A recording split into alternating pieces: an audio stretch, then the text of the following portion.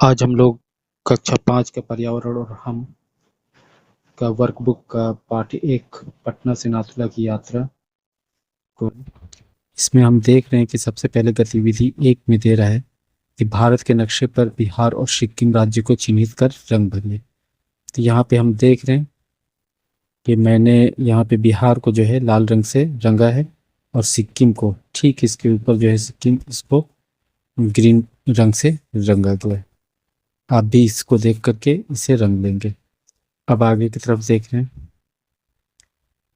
उसी को हमने यहाँ पे लिख दिया है कि बिहार और सिक्किम राज्य के चिन्हित का रंग है। बिहार लाल रंग और सिक्किम हरे रंग से रंगा गया है। अब दूसरा उसमें जो गतिविधि है उसमें दिया है कि भारत के किन्हीं 10 राज्यों के नाम लिखे। तो इसमें 10 राज्य हम कोई भी ले सकते हैं। तो हम लोगों ने यहाँ पे ले लिया है उत्तर प्रदेश, उड़ीसा, बिहार, झारखंड, सिक्किम, पश्चिम बंगाल, छत्तीसगढ़, मध्य प्रदेश, गुजरात, केरल। आप इनके अलावा किसी दूसरे राज्यों के नाम भी ले सकते हैं। अब गतिविधि 2 में देखते हैं। गतिविधि 2 है कि रिक्त स्थानों को भरिए। तो गतिविधि 2 में सबसे पहले क में दिया है कि लेप्चा, नेपाली और भूटिया मुख्यतः की जनजातियां हैं। तो कहाँ की? तो इसमें दिया है केरल और सिक्किम। तो यहाँ पे हम डाल देंगे सिक्किम की। उसके बाद है समुद्र तल से नाथुला की ऊंचाई। तो किताब में आपका दिया है 14,500 फीट। फिर है एडमंड हिलेरी एक क्या थे, खिलाड़ी या पर्वतारोही? तो एडमंड हिलेरी जो है वो एक पर्वतारोही थे। यहाँ पर फिर है एवरेस्ट शिखर की ऊंचाई। तो एवरेस्ट, माउंट एवरेस्ट की जो ऊंचाई है वो 8,848 मीटर है। फिर आखिरी जो है अंगा इसमें दिया है कि दार्जिलिंग पश्चिम बंगाल राज्य का सुंदर पर्वतीय स्थल। इसमें पटना दिया है, दार्जिलिंग। तो पश्चिम बंगाल का कौन सा है? हम लोगों ने पढ़ा है दार्जिलिंग। तो यहाँ पे भर देंगे दार्जिलिंग। अब गतिविधि 3 देखते हैं। गतिविधि 3 में देता है कि अगर रेल यात्रा कर रहे हैं तो आप सफाई हेतु क्या क्या सावधानियां बरतेंगे, लिखें। तो जब हम रेल यात्रा करते हैं तो उसमें हम क्या करते हैं? कचरा ना फैलाएं, यानी कि अगर कोई भी चीज़ है कूड़ा करकट या खा पी करके हम ट्रेन में ना फेंकें, डब्बे में ना फेंकें। दूसरी है कि सार्वजनिक सुविधाओं का सही उपयोग करें, जैसे शौचालय है या और भी सारी चीज़ें होती हैं, तो उनको क्या करना है, वॉश बेसिन वगैरह, तो इनको सही उपयोग करना है। फिर तीसरा देखते हैं, तीसरा पॉइंट लिया है कि गंदगी ना करें। तो ट्रेन की दीवारों या फर्श पर थूकें नहीं और ना ही वहाँ गंदगी फैलाएं। बहुत सारे लोग जो हैं पान या गुटखा खा करके थूकते हैं, तो इस तरह की हरकत भी नहीं करनी चाहिए। और खाने पीने का ध्यान रखना चाहिए कि खाने पीने के जितने भी पैकेट है या अन्य चीज़ हैं उसको सीट के नीचे ना फेंकें, इधर उधर कूड़ा करकट ना फैलाएं। अब आते हैं आगे की तरफ। आगे जो है गतिविधि 4। गतिविधि 4 में आप देखते हैं कि आपके निवास स्थल के आसपास पर्यटन स्थल है, तो उसका नाम या के बारे में लिखें। तो अलग अलग ज़िलों में अलग अलग तरह के पर्यटन स्थल हो सकते हैं। अब चूँकि मैं रोहतास डिस्ट्रिक्ट में हूँ, तो यहाँ से जो है हमारे पास जो है शेरशाह सूरी का मकबरा है या टुकला भवानी है या और भी जलप्रपात वगैरह हैं जो सासाराम में स्थित हैं। तो उनके बारे में मैं यहाँ पे लिख रहा हूँ। इसकी मुख्य विशेषताएं क्या है? अद्भुत वास्तु। हमने यहाँ पे शेरशाह सूरी के बारे में बताया है। शेरशाह सूरी का जो मकबरा है वो इंडो इस्लामिक जो वास्तुकला है उसका एक उत्कृष्ट नमूना है।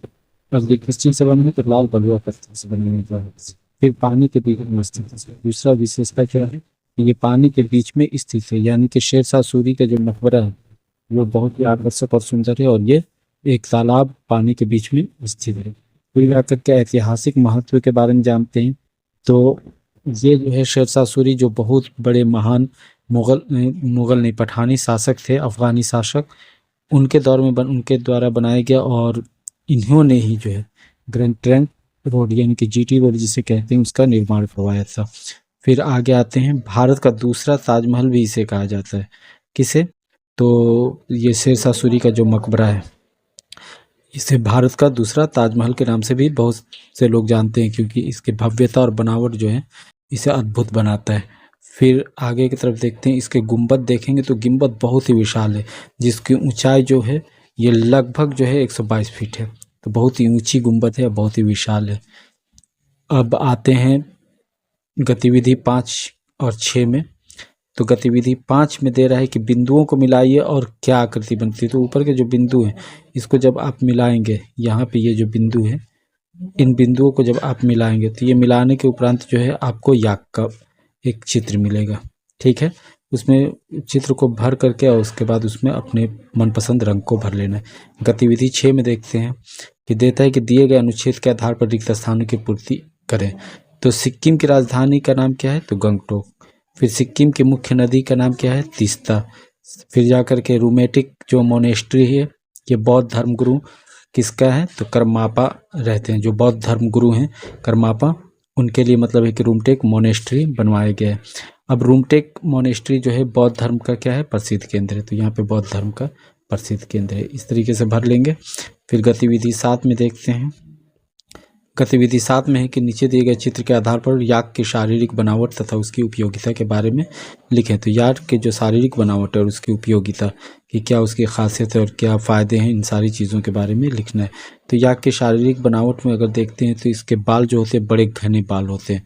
बाल क्या होंगे? बहुत ही घने होते हैं, जो इनको बहुत ही ज़्यादा जो तापमान ठंड होती है उससे बचाते हैं।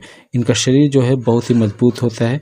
ठीक है, बहुत ही मजबूत, ताकि ये उबड़ खाबड़ या पथरीले रास्ते वगैरह पे इधर उधर आसानी से चल पाएँ। उनके पैर वगैरह बहुत मजबूत होते हैं और अगर गिरे पड़े भी तो उतनी चोट उनको ना आए। फिर इनके अगर सींग और खुर की बात की जाए तो इनके सिर पर जो है 2 जैसे भैंसा वगैरह का सींग होता है उसी तरह से घुमावदार सींग होते हैं और इसके खुर जो होते हैं चौड़े और फटे हुए होते हैं और ढलानों पर ये अच्छी पकड़ बनाने में मदद करते हैं।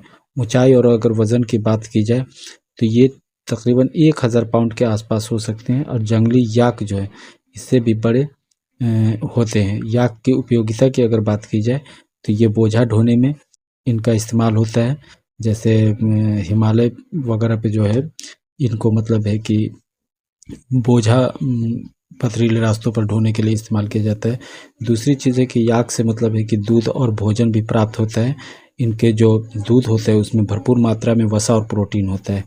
ठीक है, और अगर इनकी बात की जाए कि इनके जो जिस्म पे चमड़ा है या ऊन, तो उसका इस्तेमाल जो कंबल बनाने और चमड़े की वस्तुओं बनाने के लिए किया जाता है। दूसरी चीज़ है कि जो ईंधन के रूप में, यानी कि ये हमारे जैसे गांव के अंदर होता है कि गाय भैंस या अन्य जानवरों के गोबरों का इस्तेमाल करके ईंधन के रूप में इस्तेमाल किया जाता है, उसी तरीके से याक का जो सूखा हुआ गोबर है वो पहाड़ी क्षेत्रों में ईंधन के रूप में उपयोगी होता है। तो इस तरीके से हम लोगों ने इस पाठ को कंप्लीट कर दिया और ये पाठ आपको अच्छा लगा हो और अन्य तरह की इसी प्रकार की वीडियो आपको मिलता रहे, इसके लिए ज़रूरी है कि आप इस चैनल को सब्सक्राइब कर लें और इसे लाइक ज़रूर कर दें। धन्यवाद।